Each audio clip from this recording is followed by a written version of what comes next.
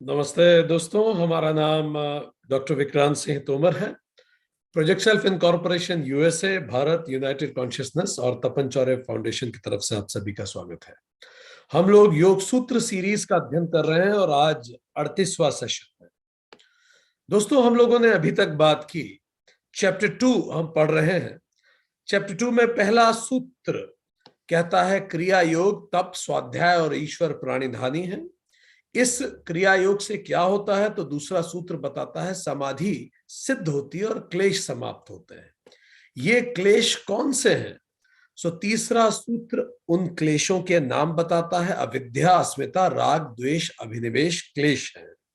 ये कैसे प्रारंभ होते हैं और इनकी एक एक करके परिभाषा सूत्र 4, 5, 6, 7 और 8 बताते हैं, 9 भी। इन क्लेशों को कैसे समाप्त किया जाए, सूत्र 10 उसका निदान बताता है कि इन क्लेशों को क्रिया योग से सूक्ष्म करके अपने कारण में लौटा दे। और सूत्र 11 बताता है उसके बाद क्रिया योग द्वारा सूक्ष्म किए गए इन वृत्तियों को ध्यान योग से समाप्त कर दे। और अगर ये क्लेश समाप्त ना हो पाए तो क्या होता है? तो सूत्र 12 बताता है कि इससे वासनाओं का जन्म होता है। और सूत्र 13, 14, 15 और 16 क्लेशों के प्रभाव के रूप में दुख की मीमांसा करते हैं कि कई तरह के दुख इससे प्रकट होते हैं।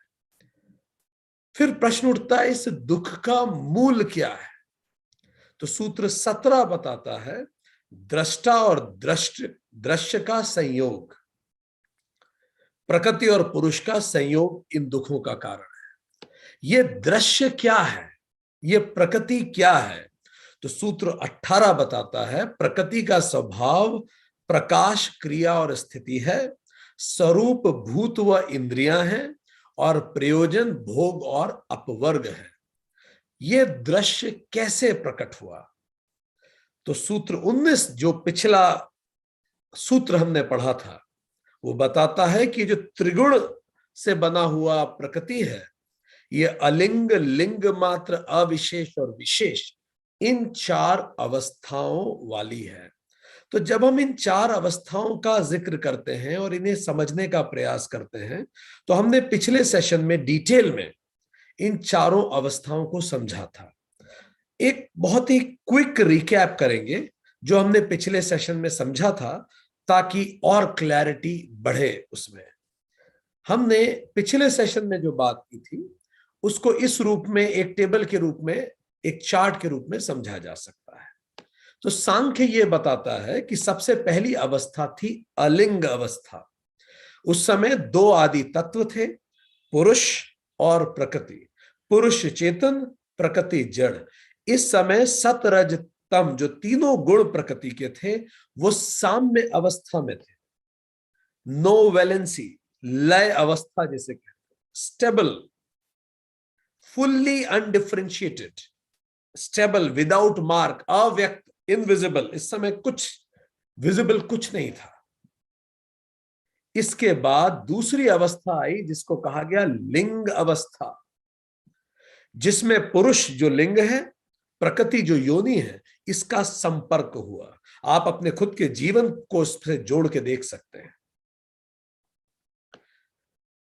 अगर आप पहले नहीं देख पाए हो, ये पहले हमने बताया कि पहला स्थिति थी अलिंग अवस्था जिसमें 2 आदि तत्व पुरुष, प्रकृति, जड़, चेतन।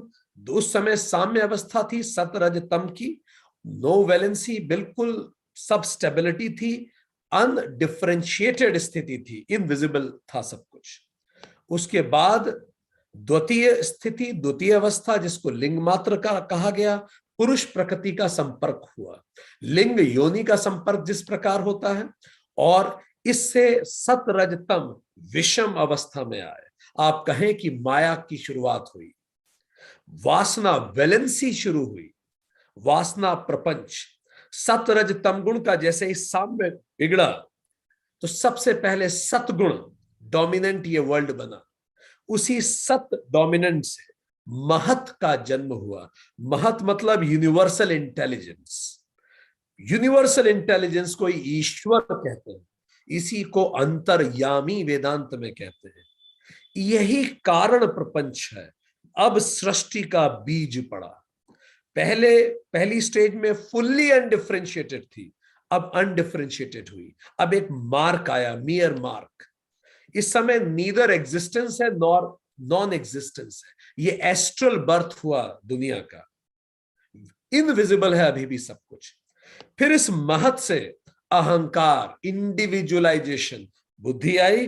बुद्धि ने बताया इंडिविजुअलाइजेशन, मैंने स्वयं को महसूस किया। बीज वो अंकुरित अब होने लगा। अब जो सत था उससे मन पैदा हुआ। अहंकार में जो सत गुण था उससे मन पैदा हुआ, और जो अहंकार से तम गुण था उससे तन्मात्रा पैदा हुई, जिसको सूक्ष्म महाभूत कहते हैं। मन से सूक्ष्म ज्ञानेंद्रियां प्रकट हुई और सूक्ष्म कर्मेंद्रियां प्रकट हुई। पिछले सेशन में पूरी बात हो चुकी है, आज केवल हम आपको इसको विजुअल दिखा रहे हैं। इन्हीं ज्ञानेंद्रियों को ज्ञान शक्ति कहा गया और कर्मेंद्रियों को क्रिया शक्ति, पर यह सब अभी सूक्ष्म है, इसीलिए इस अवस्था को कहा अविशेष। ये यूनिवर्सल, अब यूनिवर्स बन रही है, अनडिफरेंशिएटेड है, अनडाइवर्सिफाइड है। डाइवर्सिफिकेशन अभी कुछ दिख नहीं रहा, अनस्पेशलाइज्ड है। इसी को हिरण्य गर्भ कहते हैं, कॉस्मिक एग। साइकोलॉजिकल बर्थ हो रहा है अब यूनिवर्स का, अभी भी इनविजिबल है। यूनिवर्स दिखना कब चालू हुई हो तो चौथा अवस्था है, इसको कहा गया विशेष अवस्था। वो जो सूक्ष्म ज्ञानेंद्रियां थी, सटल, वो फॉर्म में आ गई। कर्मेंद्रियां भी फॉर्म में आ गई, जो दिखने लगी। सूक्ष्म महाभूत स्थूल महाभूत बन गए, इसी को पंचीकरण कहा गया और इसी को स्थूल प्रपंच कहा गया। अब वो जो अंकुरण पौधे का प्रत्यक्ष प्रकट हुआ सामने, इसी को स्पेशलाइज्ड यूनिवर्स कहते हैं, जिसमें सब विजिबल है, पर्टिकुलर है। इसी को वेदांत विराट पुरुष कहता है, भगवत गीता विराट पुरुष कहती है। ये फिजिकल बर्थ हुआ यूनिवर्स का। ये सूत्र नंबर 19 में हमने पढ़ा था, जिसमें 25 तत्व हैं, एक पुरुष, एक प्रकृति, एक महत, एक अहंकार, एक मन, 5 तन्मात्रा, 5 ज्ञानेंद्रियां, 5 कर्मेंद्रियां और 5 महाभूत। ये हमने पिछले सेशन में पढ़ा था। तो जब हम इनको पिछले सेशन में पढ़े, इसके बाद अब ये प्रश्न स्वाभाविक ही उठता है कि ये तो हमने जान लिया कि ये दृश्य है, ये प्रकृति है, दृष्टा कौन है? फिर थोड़ा उस पे भी महर्षि पतंजलि अब बात करते हैं। सूत्र 20, दृष्टा मतलब पुरुष, आत्मा। दृष्टा दृशि मात्रः शुद्धः अपि प्रत्यानुपश्यः। दृष्टा पुरुष जो देखने की शक्ति मात्र है, वो केवल देखने के लिए है, साक्षी शक्ति है। यद्यपि स्वभाव से शुद्ध है, फिर भी चित्त की वृत्तियों के अनुसार देखता है। ध्यान दीजिए, सूत्र 1.4 वो भी यही था, हम चित्त की वृत्तियों के अनुरूप ढल जाते हैं। तो दृष्टा मूलतः तो स्वभावतः शुद्ध है। क्या तात्पर्य है इसका? पुरुष स्वभावतः शुद्ध है। पुरुष एक प्रोजेक्टर की तरह है, प्रोजेक्टर है, वो अवेयरनेस जिसके कारण हम अवेयर हैं, चेतन हैं। अब उस प्रोजेक्टर से आप एक हिंसक पिक्चर दिखाइए, एक अहिंसक पिक्चर दिखाइए, एक रोमांटिक पिक्चर दिखाइए, एक अशालीन पिक्चर दिखाइए, इससे प्रोजेक्टर का कोई लेना देना नहीं है। प्रोजेक्टर केवल प्रोजेक्ट करता है मन की भूमि पे जो कुछ आता है। जब तक प्रोजेक्टर है वो प्रोजेक्ट होता रहेगा। इससे अगर कोई आप हिंसक मूवी दिखा रहे हैं, इससे मतलब ये नहीं कि वो जो प्रोजेक्टर है वही हिंसक हो गया। प्रोजेक्टर को क्या लेना देना? ना प्रोजेक्टर जजमेंटल होता है, ना प्रोजेक्टर मना ही करेगा कि अगर आप हिंसक मूवी दिखाएंगे, नहीं नहीं नहीं, अहिंसा परमो धर्म, हिंसक मूवी में इस प्रोजेक्टर पे नहीं चले, ऐसा नहीं है। वो केवल प्रोजेक्ट करता है। तो पुरुष स्वभाव से शुद्ध है, वो इलेक्ट्रिसिटी की तरह है। उस इलेक्ट्रिसिटी को आप मंदिर में जलाएं या आपके वॉशरूम में जलाएं, मंदिर में जलाने से बिजली पवित्र नहीं होती और वॉशरूम में जलाने से वो अपवित्र नहीं होती। उस बिजली से आप कुछ कंस्ट्रक्शन करें या किसी की हत्या कर दें, इससे भी बिजली का कोई प्रयोजन नहीं। वो स्वभाव से शुद्ध है, वो बिल्कुल स्वभाव से शुद्ध है। जैसे वायु बिल्कुल शुद्ध रूप से सभी को बहती है, हिटलर के अंग को भी छू के जाएगी और गुरु नानक के अंग को भी छू के जाएगी। सूरज का प्रकाश सब पे आता है जैसे, नॉन जजमेंटल, बिल्कुल शुद्ध। वर्षा का जल जहां हिंसा होगी वहां भी गिरेगा और जहां पुण्यात्मा रहेंगी वहां भी। अग्नि का ताप सभी के लिए है, पृथ्वी सभी को आधार देती है, आकाश सभी को समेटता है। पूरी कायनात में किसी के लिए कोई अंतर नहीं, कोई आकलन नहीं। ये है पुरुष, जस्ट दृष्टा, न्यूट्रल, वो शुद्ध है, फिर भी चित्त की वृत्तियों के अनुसार देखने वाला है। इसको थोड़ा समझ लें। एक नाविक की गाथा सुनते हैं। एक राजा हुआ एक देश में, वो राजा इसी तरह से बड़ा कंफ्यूज्ड था और अलग अलग धर्मों को उसने जानने का प्रयास किया कि जो सर्वोच्च धर्म है, जो सर्वश्रेष्ठ धर्म है, मैं उसको अपनाऊंगा। पर हर धर्म वाले आते, अपने धर्म की महानता सिद्ध करते, फिर दूसरे उसकी बुराई करते, फिर वो अपनी महानता सिद्ध करते। अंततः राजा बड़ा कंफ्यूज्ड हो गया कि कौन सा धर्माचार करे, और इस दौरान वो अधर्म ही करता रहा, क्योंकि वो लगातार इस कंफ्यूजन में था कि कौन सा धर्म चुने वो। तो एक बार एक फकीर से उसकी मुलाकात हुई। उसने बोला, मैं बड़ा कंफ्यूज हूं, कौन सा धर्म बेस्ट है, मैं कौन सा धर्म चुनूं। फकीर ने कहा, अच्छा, क्या बहुत सारे धर्म होते हैं?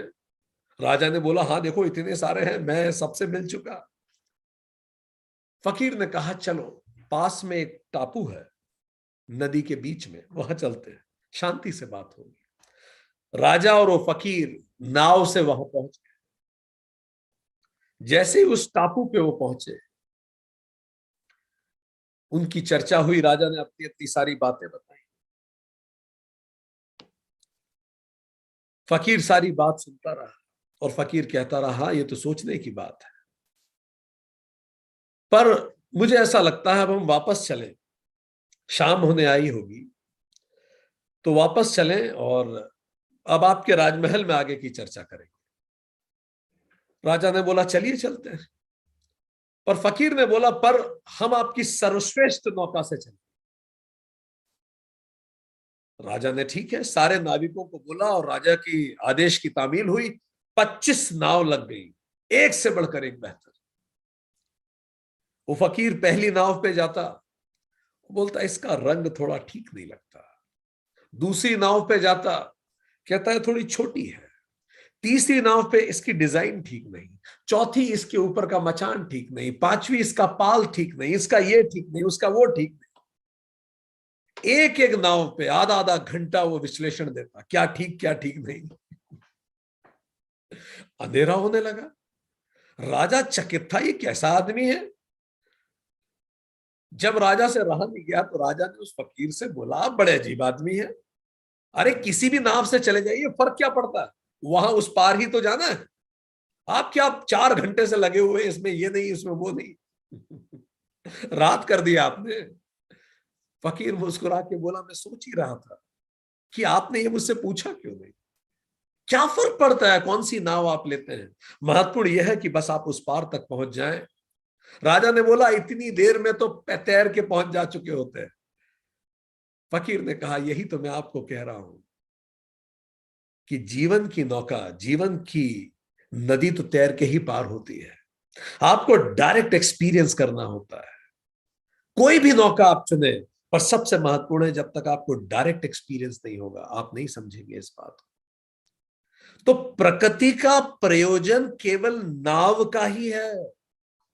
प्रकृति एक नाव है जहां हम आके एक्सपेरिमेंट करते हैं, ताकि हम अपने पर्पस ऑफ लाइफ को जाने, क्योंकि हम अपने पर्पस ऑफ लाइफ को भूल गए। और क्या है purpose of life? To realise the purusha within, उस शुद्धतम पुरुष को रियलाइज करना जो साक्षी रहता है, अच्छे बुरे में डिफरेंशिएट नहीं करता दुनिया में। मान अपमान, ऊंचा नीचा, भगवान कृष्ण जोर जोर से बोल चुके हैं। कल तो तुम्हें जाना है, किसके लिए परेशान होते हो? उस प्योर कॉन्शियसनेस को रियलाइज करना, बस यही उस नाव का पर्पस है उस पार पहुंचा देना। और जब हम जान जाते हैं तो जीवन मुक्त हो जाते हैं, जीते जी जीवन के बंधनों से मुक्त हो जाते हैं, अन्यथा हम बंधे रहते हैं। तो ये प्रकृति नाव है, ये सब कुछ वो नाव है जो हमें इस अज्ञान के तट से उस ज्ञान के तट तक पहुंचाने के लिए लेबोरेटरी दी गई है। हम इसमें एक्सपेरिमेंट करें।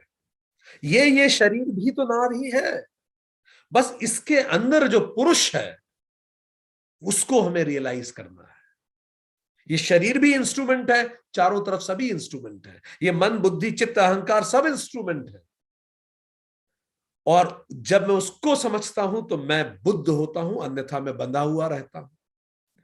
उस हेतु उसको समझने के लिए मुझे शुद्धिकरण करना पड़ेगा, 6 रिपु को शुद्ध करना पड़ेगा। पर मैं पर्पस ऑफ लाइफ भूल ही जाता हूं, इसी को स्पिरिचुअल फॉरगेटिंग कहते हैं। मुझे ये लगा कि ये जो मैं धरती पे आया हूं, मैं जमीन खरीदने आया हूं, रिश्ते कमाने आया हूं, पैसा कमाने आया हूं, नाम कमाने आया हूं, प्रसिद्धि कमाने आया हूं, ताकत कमाने आया हूं। मुझे लगा ये सब मैं करने आया हूं। और जब मृत्यु रूपी परीक्षा आई तो जितने प्रश्न आए थे वो आउट ऑफ सिलेबस थे, क्योंकि इसमें से कुछ पूछा ही नहीं गया।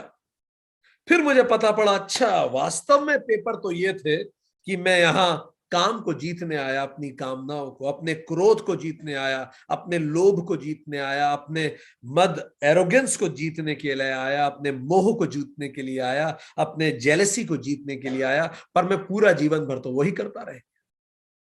और फिर जीवन के अंत में लगा, यार ये तो फेल हो गया, ये तो गड़बड़ हो गई, बिल्कुल ही फेल हो गया।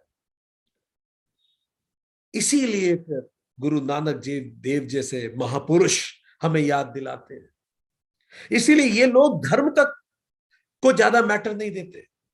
नानक से कहा गया कि आप नमाज पढ़ोगे, नानक ने बोला बिल्कुल पढ़ूंगा, कौन सी मस्जिद, चलिए मैं चलता हूं। नानक ने कहा मैं मुसलमान हूं, मेहर ही मस्जिद है। अब उनकी मुस्लिम की परिभाषा सुनिए। नानक ने कहा मेहर ही मस्जिद है, शील ही रोजा है, मेरा चरित्र ही रोजा है, और सत्कर्म ही काबा है। नानक जानते थे कि हम आए हैं 6 रिपुओं को जीतने, जो हमारे जो 6 शत्रु हैं हमारे, शत्रुरिपु, उन रिपु को जीतने के लिए आए। नानक ने कहा हाँ मैं हिंदू भी हूं, और पर मेरा यज्ञोपवीत वैसा नहीं होगा जैसा आप सोचते हैं। मेरा यज्ञोपवीत दया की कपास से होगा, संतोष के धागे से होगा, जप की गांठ उसमें लगेगी और उस सत्य से बांटा जाएगा। नानक जानते थे पेपर क्या है, किस लिए हम आए हैं।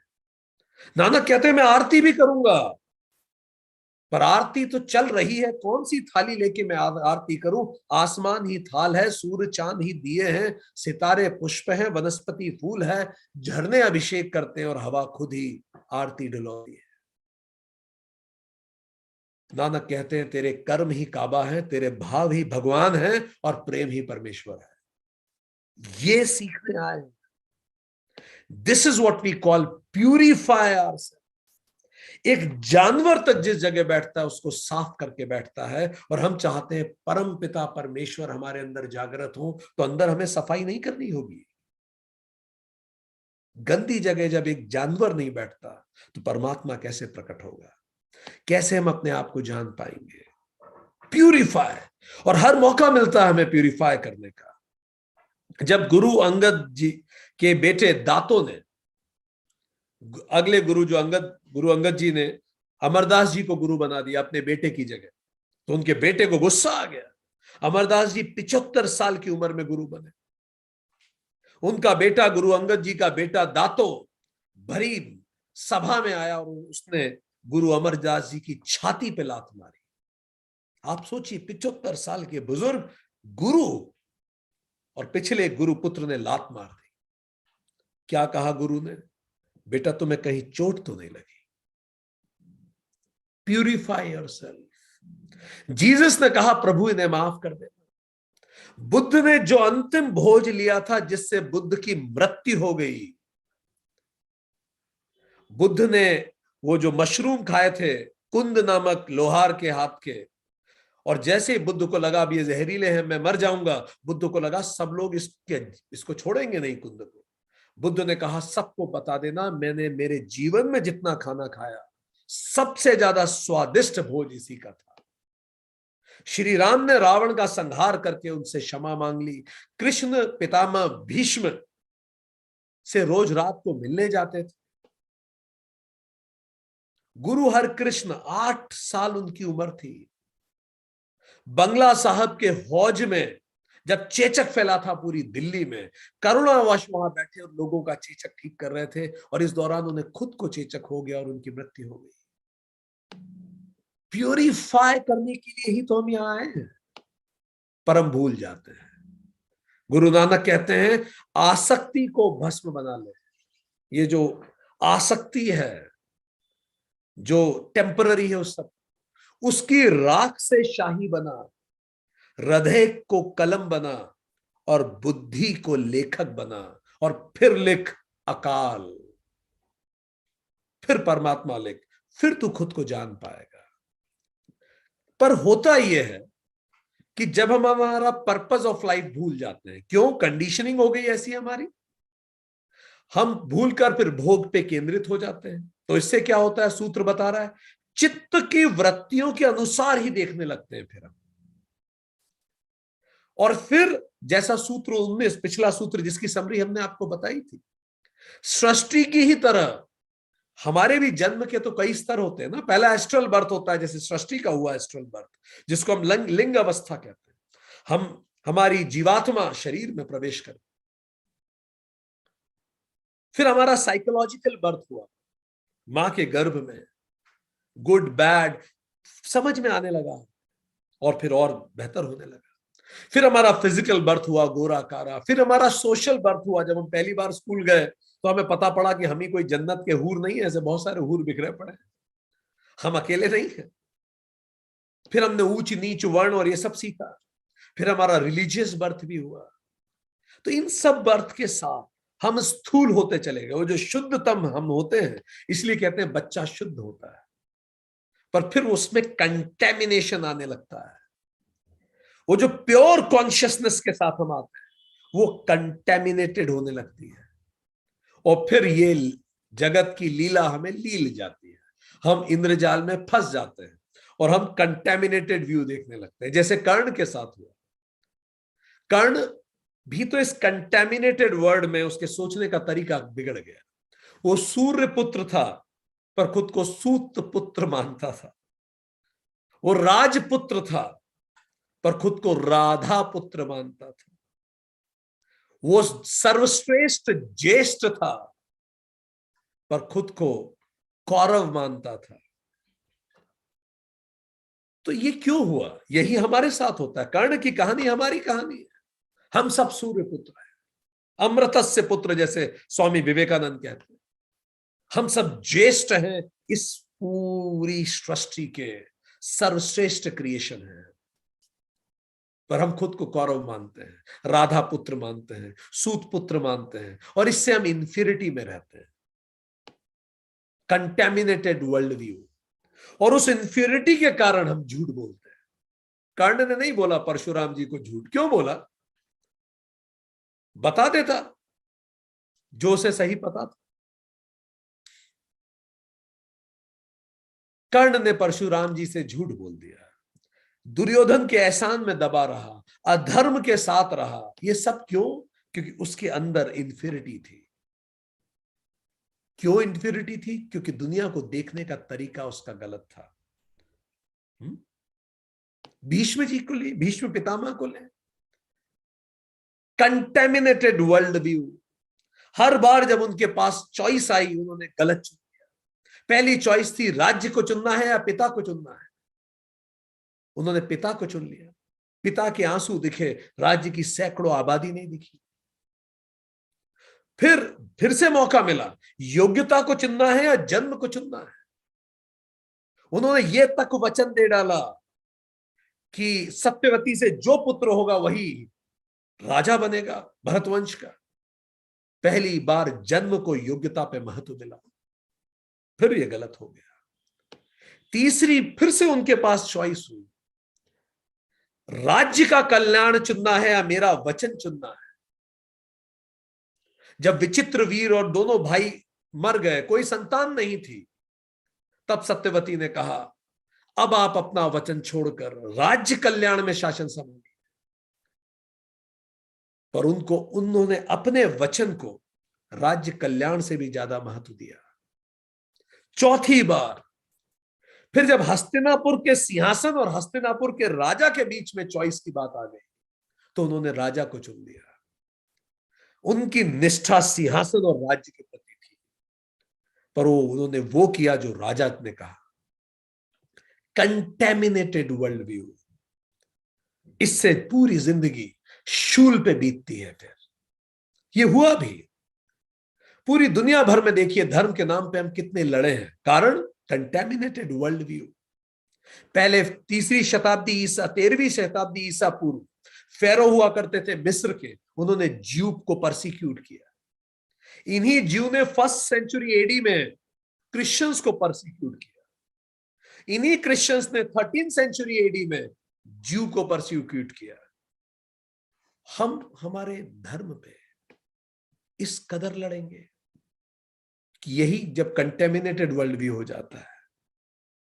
इसीलिए कबीरदास जैसे लोग आते हैं जो अनकंटेमिनेटेड रहते हैं, कहते हैं जस की तस राखी चुनरिया, जैसी चुनरी तूने दी थी परमात्मा, बिल्कुल वैसी की वैसी रखी है, बिल्कुल शुद्धतम रखी है, कोई निशान न लगने दिया मैंने इस दुनिया का उस पर, बिल्कुल सत्य से मैंने इसको जिया है, इसको रखा है। आगे सूत्र 21 कहता है, तो सूत्र 20 ने बताया कि पुरुष है तो शुद्ध पर अपवित्र सोचता है, अशुद्ध सोचता है। कंटेमिनेशन मीन्स अशुद्धि। सूत्र 21 आगे बताता है, तदर्थ एव दृश्य से आत्मा, उक्त दृश्य का स्वरूप उस दृष्टा के लिए ही तो है। ये पूरा दृश्य बना ही दृष्टा के लिए है। यह जगत जीव के लिए ही है, ताकि जीव इसके आईने में अपने वास्तविक रूप को विभिन्न प्रयोगों से जान पा सके। एक ऐसी छोटी सी कहानी आती है कि ब्रह्मा ने अपनी पुत्री सतरूपा का जन्म दिया। सतरूपा इस कदर खूबसूरत थी कि ब्रह्मा उसी पे मोहित हो गए। सतरूपा जहां भागती ब्रह्मा उसी के पीछे भागते। सतरूपा परेशान हो गई, ऐसे कैसे पिता पुत्री पे मोहित हो सकता है, प्रणय चाहता है। सतरूपा फाइनली धरती पे आ गई, घोड़ी बन गई तो ब्रह्मा घोड़ा बन गए। ऐसी कथा आती है। ज्योतिबा फूले जी ने गुलामी गिरी उनकी पुस्तक में इस कहानी की काफी आलोचना भी की है। उन्होंने कहा है कि यह किस तरह का धर्म है जहां पिता पुत्री पर मोहित हो गया। फिर अंततः सतरूपा परेशान हो जाती और चारों ब्रह्मा के चेहरे इसीलिए बने, वो जिस दिशा में जाती ब्रह्मा उस दिशा में अपना एक मुंह बना लेते, तो 4 मुंह हो गए। फिर सतरूपा परेशान होकर ऊपर गई भगवान शिव के पास मदद मांगने, ऐसी कहानी है। शिव ने ब्रह्मा का, तो ब्रह्मा ने 5वां सर ऊपर लगा लिया सतरूपा का ढूंढने के लिए। शिव ने अंततः ब्रह्मा के 5वें सिर को खत्म किया, वो अहंकार का सर को खत्म किया। तब से ब्रह्मा 4 सिर के हैं, इसलिए ब्रह्मा की पूजा भी नहीं होती। कई ऐसी बातें। ये कहानी एक केवल मेटाफर है। ये क्या बताना चाह रहे हैं? क्या वो ब्रह्मा हम लोग नहीं है? आप सच बताइए। क्या हमारे समाज में क्रिएटर अपनी क्रिएशन पे मोहित नहीं है?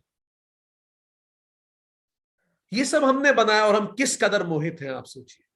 जब कार चलाते हैं तो ड्राइवर हो जाते हैं, जब घर में होते हैं तो चौकीदार हो जाते हैं। वही तो हो रहा है। जो रूप सतरूपा ले रही है वही रूप ब्रह्मा ले रहे हैं। ये एक मेटाफर है। और अंत में सर खोपड़ी ठीक करने के लिए शिव जी ने अहंकार हटाया। अहंकार ही तो परेशानी का जड़ है। तो ये जगत एक एक्सपेरिमेंट के लिए हम आए हैं, पर हम मोहित हो गए और इसी मोह के कारण हम गलत निर्णय लेते हैं। एक बार ऐसी बड़ी सुंदर सी कथा आती है। एक बार विश्व के जो सृष्टा है प्रजापति ने घोषणा करी। घोषणा बड़ी इंपॉर्टेंट थी। आत्मा निष्पाप, कालातीत और अमर्त्य है। यह भूख प्यास से परे है और समस्त संकल्प का लक्ष्य है।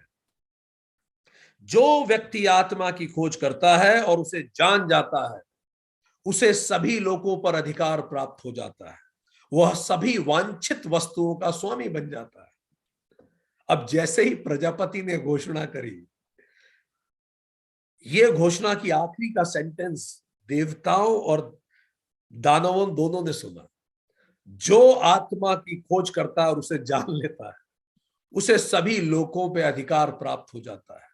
वह समस्त वांछनीय वस्तुओं का स्वामी बन जाता है। तो इनकी मीटिंग हुई कि यह सही बात है, आत्मा पुरुष को जानना जरूरी होगा।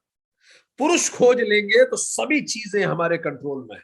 आत्मा जिसने जान ली, तो अब ये तो कौन बताएगा आत्मा क्या है। तो ये दोनों देवताओं के जो राजा थे इंद्र और दानवों के राजा थे विरोचन, ये दोनों पहुंचे प्रजापति के पास और हाथ जोड़ के बोला, आप हमें बताइए क्या है ये आत्मा पुरुष, थोड़ा समझाइए। प्रजापति ने बोला, तुम पहले 32 साल मेरे पास रह के यहां तपस्या करो। 32 साल की तपस्या पूरी हुई। 32 साल की तपस्या के बाद उन्होंने बोला दोनों को, सुनो, ये जो तुम्हें आंखों की पुतली में दिखाई देता है ना, वही पुरुष है, वही आत्मा है, वही ब्रह्म है। समझ गए?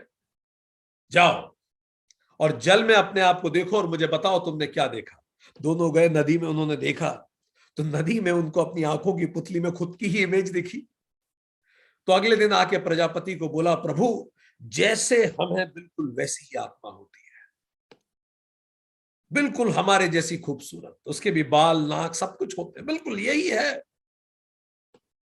प्रजापति ने बोला, अब एक काम करो, अच्छे से कपड़े पहनो, राजसी वस्त्र पहनो और फिर से जाओ और देख के मुझे बताओ अब क्या देखा। वो फिर से पहुंचे तैयार होके, वो बड़े खुश होके लौटे। बोला, प्रभु आपकी माया इतनी बड़ी है कि हमारी आत्मा अभी अभी कल से अभी में बड़ी सुंदर हो गई है, ऐसी चमक रही है हमारी आत्मा, स्वर्णवन हमारी आत्मा हो गई, इतने सुंदर, क्योंकि पुतली में वही दिख रहा था, तैयार हुए। प्रजापति ने बोला, बहुत अच्छा, अच्छा है तुम समझ गए, बस वही आत्मा है, अमृत है, निर्भीक है, निश्चिंत रहो, तुम बस जान लो उसको, जाओ जाओ जाओ। तो दोनों खुश होकर चले गए। विरोचन गया सारे दानवों के पास और उसने यही शिक्षा दी कि ये शरीर ही सर्वस्व है, जिसे हमें जानना है, इस शरीर की सेवा करना है, इस शरीर का महिमा मंडन करना है, यही परम ज्ञान है, इसी से हम तीनों लोगों को जीत सकते हैं। और सब लोग वर्जिश में लग गए और केवल शरीर के खान पान में जुड़ गए। पर इंद्र में थोड़ी ज्यादा अकल थी। उसने सोचा कि अगर पानी में लहर आती है तो बदल जाता है वो दृश्य, पर आत्मा तो हमेशा रहती है, तो दृश्य तो एक लहर से खत्म हो जाती है, पर आत्मा तो हमेशा रहती है, मतलब कुछ है जो छूट रहा है। वो प्रजापति के पास फिर से गया। प्रजापति को बोला कि ये लहर ही आत्मा को खत्म कर देती। अगर मैं अंधा हो गया तो क्या आत्मा भी अंधी हो जाएगी? क्योंकि अगर मेरी आंख पे चोट लगती है तो वो चोट तो दिखती है पुतली में मेरे। प्रजापति ने बोला, तेरे प्रश्न में दम है, तू 32 साल और तपस कर, फिर बताऊंगा। वो 32 साल और तपस्या करी, फिर गया। तो प्रजापति ने बोला, जब तुम सोते हो जो सपने में तुम देखते हो, बस वही पुरुष है। इंद्र अब संतुष्ट हुआ, ठीक है। इंद्र जाने लगा। फिर रास्ते में उसको लगा, यार कि सपना कैसे आत्मा हो सकती है? सपने में तो बदलता रहता हूं मैं, कभी ये बन जाता हूं, कभी वो बन जाता हूं, और सुबह उठता हूं तो सपना भी खत्म हो जाता, पर आत्मा तो हमेशा रहती है। कुछ छूट रहा है। फिर पहुंच गया। इंद्र ने बोला, फिर 32 साल तपस्या, इंद्र को 32 साल तपस्या दी गई। और 32 साल तपस्या के बाद प्रजापति ने बोला, जब तुम डीप स्लीप में होते हो ना, उस डीप स्लीप में जो तुम्हें महसूस होता है वही आत्मा है। इंद्र फिर खुश होकर चला गया। पर इंद्र को यह अजीब लगा, ऐसे कैसे? क्योंकि डीप स्लीप में तो मैं चेतन ही नहीं रहता, पूरा डीप स्लीप में खुद के प्रति जागृति नहीं रहता। जहां जागृति नहीं वहां आत्मा कैसे? यह तो आत्मा नहीं हो सकती। वो फिर से प्रजापति ने फिर से बोला, फिर से 32 साल तब, और उसके बाद फिर प्रजापति ने बताया कि वो जो तुम्हारे जागृत में, स्वप्न में और सुसुप्ति में तुम्हें देखती है, वो जो तुम्हारे पांचों कोशों से परे है, वो जो तुम्हारे शरीर को जागृत रखती है, वो जो तुम्हारे आंख, नाक, कान और इंद्रियों को जीवित रखती है, वही आत्मा है, वही तुम हो, वही पुरुष हो। अब समझ में आया इंद्र को। सो दोस्तों, ये सारे मेटाफर यही बताते हैं कि ये पूरा जगत केवल बना ही इसीलिए है कि हम खुद को समझ पाए। और ये सब कुछ, ये जितनी परेशानियां आती हैं इसीलिए आती हैं। एक संगीतकार के सामने दो तबले रख दिए गए, बोला आप बताइए इन दोनों में से बेहतर तबला कौन सा है। चलिए हम आपसे पूछते हैं, अगर आपके सामने दो तबले रख दिए जाए और आपसे पूछा जाए कि बेहतर तबला कौन सा है, तो आप कैसे पता लगाएंगे? ठीक बात आपने सोची। अगर आप कह रहे हैं देख के पता लगाएंगे, तो आप गलत सोच रहे हैं। वो मार के पता लगाएगा। It will hit on this. जब वो तबले को मारेगा तब पता पड़ेगा कि बेहतर तबला कौन सा है। मारना पड़ता है यार पोटेंशियल पता लगाने की। इसीलिए प्रकृति हमें मारती है, कभी बीमार करती है, कभी कोई दुख देती है, कभी कोई परेशानी हमारे सामने रखती है, ताकि जो अंदर है वो पोटेंशियल बाहर निकले। मैं ऊपर से तो बड़ा शांत हूं, पर मेरे अंदर गुस्से का भारी पोटेंशियल भरा हुआ है। अब कोई आएगा और छू के चला जाएगा और वो पोटेंशियल गुस्से का बाहर आ जाएगा। फिर मुझे पता पड़ेगा, हाँ यार नहीं, अभी तो नहीं सदा है चीजें, अभी तो बहुत गुस्सा भरा है अंदर। सो ये प्रकृति जरूरी है। वो शट रिपू हटेंगे कैसे? प्रकृति उन परिस्थितियों को पैदा करती है बार बार, पर हम वहां भी गलती करते हैं, लोगों पे दोष देके अपने हाथ झटक लेते हैं, क्योंकि अब हमें तो कुछ नहीं करना, लोग बुरे हैं इसलिए हमें गुस्सा आ रहा है। फिर फेल हो गए हम एग्जाम में, फिर फेल हो गए। सूत्र 22 आगे कहता है, कृतार्थ प्रति नष्टम अपि अनष्टम तत् अन्य साधारण त्वात्। सिद्ध पुरुष के लिए यह दृश्य, साधकों के लिए, जो साधक होते हैं उनके लिए दृश्य प्रकृति नष्ट होता हुआ भी अन्य साधारणों के लिए नष्ट नहीं होता। जो सिद्ध पुरुष होते हैं उनके लिए यह प्रकृति नष्ट प्राय है, अनित्य है, पर साधारण मनुष्यों के लिए यह प्रकृति नित्य है।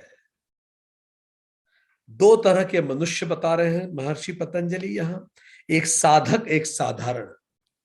साधक के लिए जगत माध्यम है जगन्नाथ तक पहुंचने का। साधारण के लिए जगन्नाथ माध्यम है जगत तक पहुंचने का। जगत माध्यम है भोग, कर्म और बंधन का। इसीलिए साधक के लिए जगत नष्ट हो जाता है, उसे बांधता नहीं है। और सामान्य व्यक्ति के लिए जगत उसके ज्ञान को नष्ट कर देता है।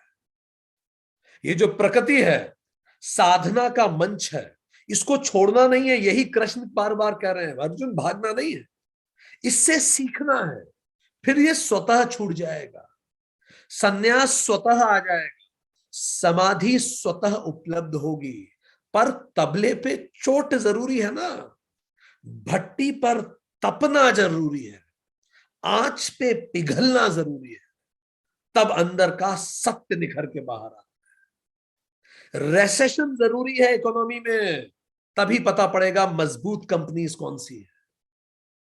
अगर मार्केट में ग्रोथ है तो हर कंपनी चल जाती है। याद है, सह धूप धाम पानी पत्थर पांडव आए, कुछ और निखर, सौभाग्य न हर दिन सोता है, देखें आगे क्या होता है। तो प्रकृति वो परिस्थितियां पैदा करती है, वो भट्टी है जिसमें तप कर पुरुष निखर के सामने आता है। इसीलिए साधक प्रकृति को बुरा नहीं कहेगा, वो प्रकृति से सीखेगा और आगे बढ़ेगा। पांडव और कौरव के ज्ञान और क्षमताओं में कोई विशेष अंतर नहीं था। अगर पांडव और कौरव में युद्ध हो जाता तो हो सकता है 100% पांडव हारते, पर पांडवों को वनवास मिल गया जो कौरवों को नहीं मिला। वनवास के दौरान पांडवों ने खुद को जाना। भीम के सामने उसके पिता पवन पुत्र जो उनके पिता वंश से थे वो प्रकट हुए और एक बंदर का रूप बना के लेट गए बीच में। जब भीम को अपने ताकत पे अहंकार था वनवास के दौरान, बुजुर्ग बंदर बन के लेट गए। भीम ने बोला अपनी पूंछ हटाओ, रास्ते से मैं जा रहा हूं, महाबली भीम। उस बंदर ने बोला कि तुम ही हटा लो, मुझ में अब इतनी हिम्मत नहीं कि हिल सकूं। भीम ने ऐसे एक उंगली से हटाई और उठी नहीं उसकी पूंछ। पूरे हाथ से पूरी ताकत लगा दी, पूंछ का बाल तक भीम नहीं हिला पाया। इससे भीम का गर्व टूट गया पूरा और हाथ जोड़ के उस बानर को बोला, मुझे बताइए आप कौन है? मैं अपने 100 हाथियों के बल से भी आपको हिला न सका, पूंछ का बाल नहीं हिला सका। भीम का गर्व टूटा। लोहा अपनी जंग से ही मरता है ना, बस उसी पल भीम में जब गर्व खत्म हुआ तो स्वतः भीम में सुधार हुआ। भीम को खाने का कितना शौक था, यही तो वनवास में अज्ञातवास में उसने सीखा। भीम हलवाई बना। अब कितनी परेशानी की बात, आप स्वादिष्ट खाना बनाओ और दूसरों को सर्व करो, खाने को आपको नहीं मिल रहा, आप लार टपकाते रह जाए और खाना दूसरे खाए आपके साथ। भीम इस सब से गुजरा और भीम ने खुद को इंप्रोवाइज किया। अर्जुन जिसको अपने रूप पे ऐसा गर्व, स्वयं पे ऐसा गर्व, अपने पौरुष पे गर्व, स्त्री बना अज्ञातवास के दौरान, महिला का रूप उसको लेना पड़ा, नर्तकी बना अर्जुन। विनम्रता सीखी उसने भी, बहुत गर्व था अर्जुन को, घमंड था। अर्जुन को भी स्वयं शिव एक आदिवासी का रूप लेके आया और अर्जुन को धनुर्विद्या में परास्त। ये सब उन्हें कहां मिला? वनवास के दौरान अपने अंदर को शुद्ध किया, प्यूरिफाई। युधिष्ठिर को यक्ष मिला, यक्ष ने कई प्रश्न पूछे और युधिष्ठिर और धर्मपरायण बने। वो युधिष्ठिर जिसने नकुल को सबसे पहले लगा दिया था, सहदेव को सबसे पहले दांव पे लगा दिया था, जो मादरी का बेटा था जुए में। इस बार यक्ष ने बोला सबसे पहले किसको जीवित करना चाहोगे, जो तुम्हारे भाई मर गए हैं? तो उसने बोला सबसे पहले सहदेव को जीवित कीजिए। इस बार उसने रियलाइज किया और पूछा यक्ष ने ऐसा क्यों? तो उसने बोला देखिए, माता कुंती का एक पुत्र जीवित है तो माता माद्री का भी एक जीवित होना चाहिए। उसके अंदर और धर्म प्रकट हुआ, ऋषियों की संगत उन्हें मिली। अर्जुन ने पाशुपस्त्र अस्त्र प्राप्त किया। सब अपने अपने पिता से मिले, युधिष्ठिर यम से मिले, अर्जुन इंद्र से मिले, भीम पवन देव से मिले, पवन पुत्र से मिले। ये सब चीजें कैसे आई? वनवास से आई। तो प्रकृति सिखाती है। राम जी ने बहुत कुछ खोया दोस्तों, तब राम श्री राम बन सके। खोया बहुत कुछ राम ने श्री राम बनने के लिए। कोई यूं ही थोड़ी श्री राम होता है। वो जो वन में जब वो गए तो कैसे वो प्रकृति से सीखते थे, इसीलिए तो प्रकृति है।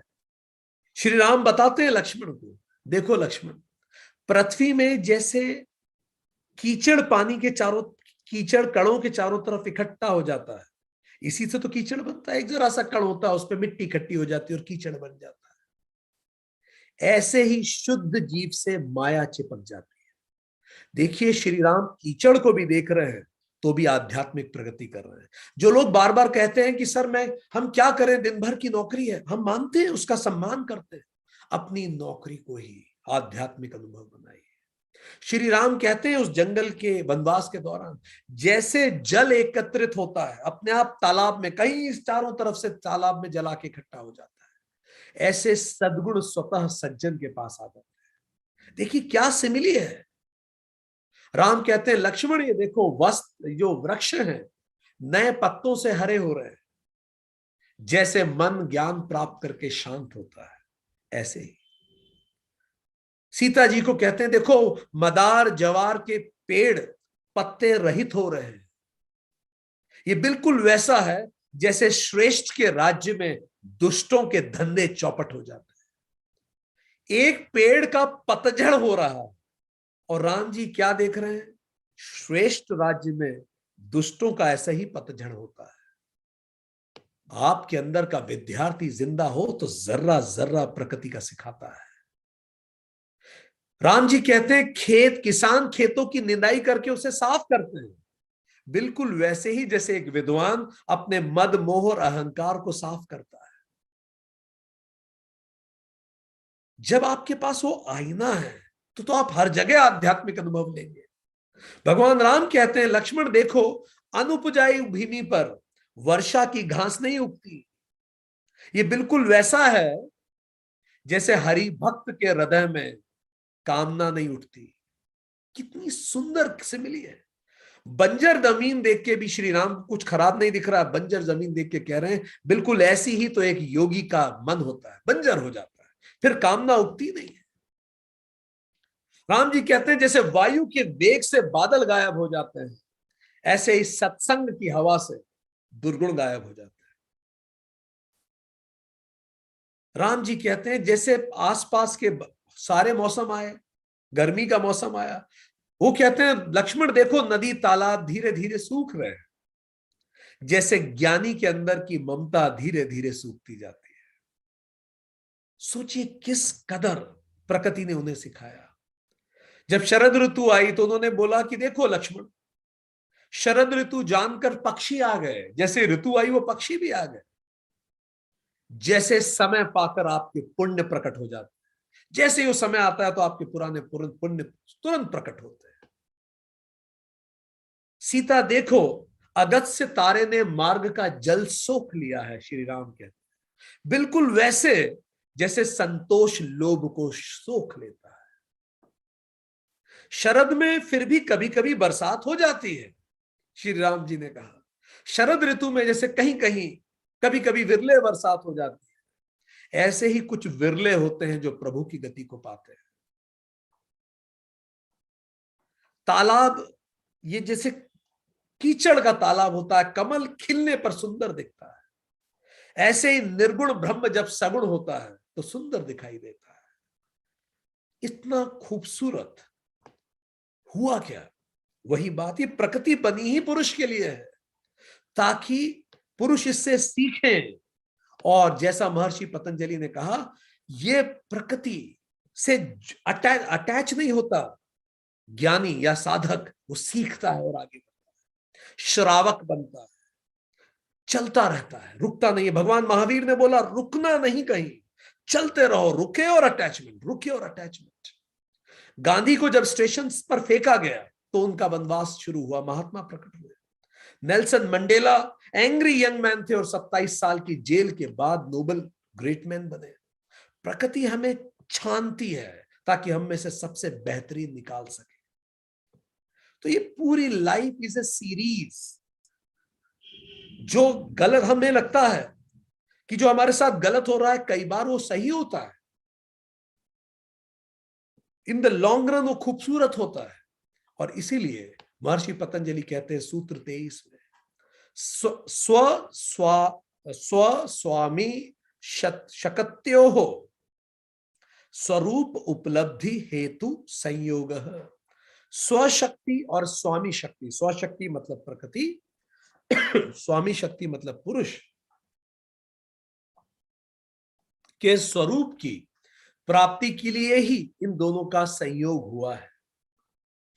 इस सृष्टि का सृजन ही इसीलिए हुआ है कि हम जाने कि प्रकृति या जड़ स्वरूप क्या है और पुरुष क्या है।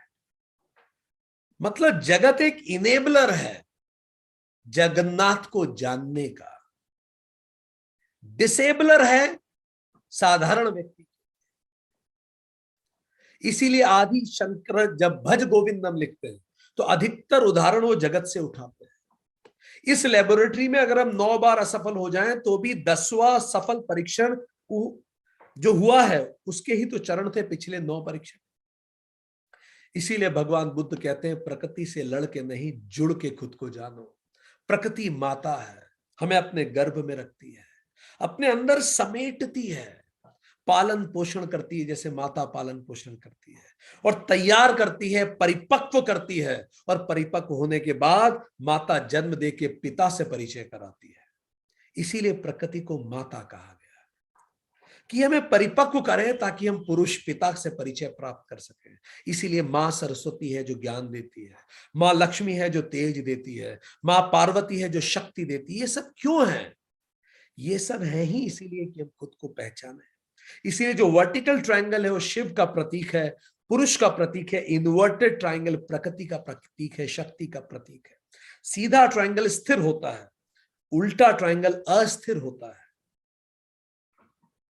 इसीलिए पुरुष प्रतीक है संस्कृति का, प्रकृति प्रतीक है प्रकृति का। पुरुष योग है, प्रकृति यज्ञ है। पुरुष आध्यात्मिकता है, प्रकृति सांसारिकता है।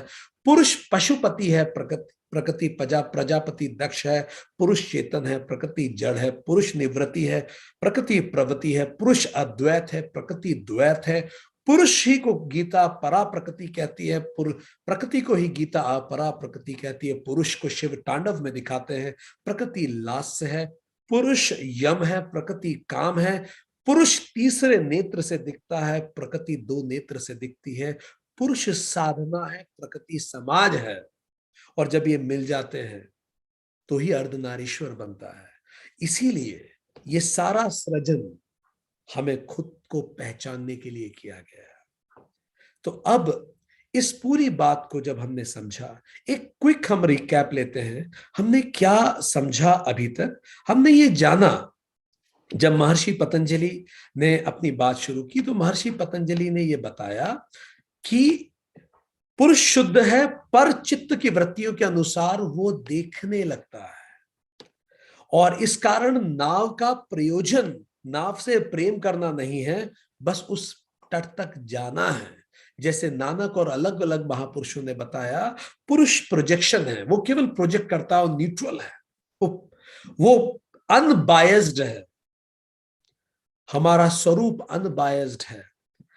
हमारे अलग अलग बर्थ होते हैं, astral, psychological, physical, social, religious birth होते हैं, और हर के साथ कंटेमिनेशन बढ़ता जाता है। इसी के कारण लीला हमें लील जाती है, जैसे कर्ण और भीष्म को लील गई। और कुछ लोग होते हैं कबीर की तरह जो जस की तस रखते हैं और चित्त के अनुरूप नहीं देखते, पुरुष से ही देखते हैं, शुद्ध ही बने रहते हैं। और ये जगत आईना है, ये जगत बना ही दृष्टा के लिए, पुरुष के लिए है। जैसे प्रजापति ने अपनी कहानी में समझाने का प्रयास किया, उसी तरह से ये केवल बना ही जगत पुरुष को पहचानने के लिए, पुरुष के लिए ही ये पूरा जगत बना है। इसके बाद हमने ये भी जाना कि दो तरह के प्राणी हैं, साधारण प्राणी और साधक। साधक के लिए जगत नष्ट प्राय है, वो जगत से अटैच नहीं होता, सीखता है। और साधारण जगत से अटैच होता है और जगत की आलोचना भी करता है। जैसे वनवास जरूरी है, तबले पे ठोक जरूरी है, इसी तरह पांडव, श्री राम, गांधी, नेल्सन मंडेला, सभी लोग इस जगत से गुजर के उन्होंने खुद को पाया है। और इसी कारण स्वशक्ति और स्वामी शक्ति दोनों के स्वरूप को जानने के लिए हम इस धरती पे आए। स्वशक्ति प्रकृति है और स्वामी शक्ति पुरुष है। दोनों का अपना महत्व है ताकि अंततः हम खुद को पहचान सकें। अब हम एक क्विक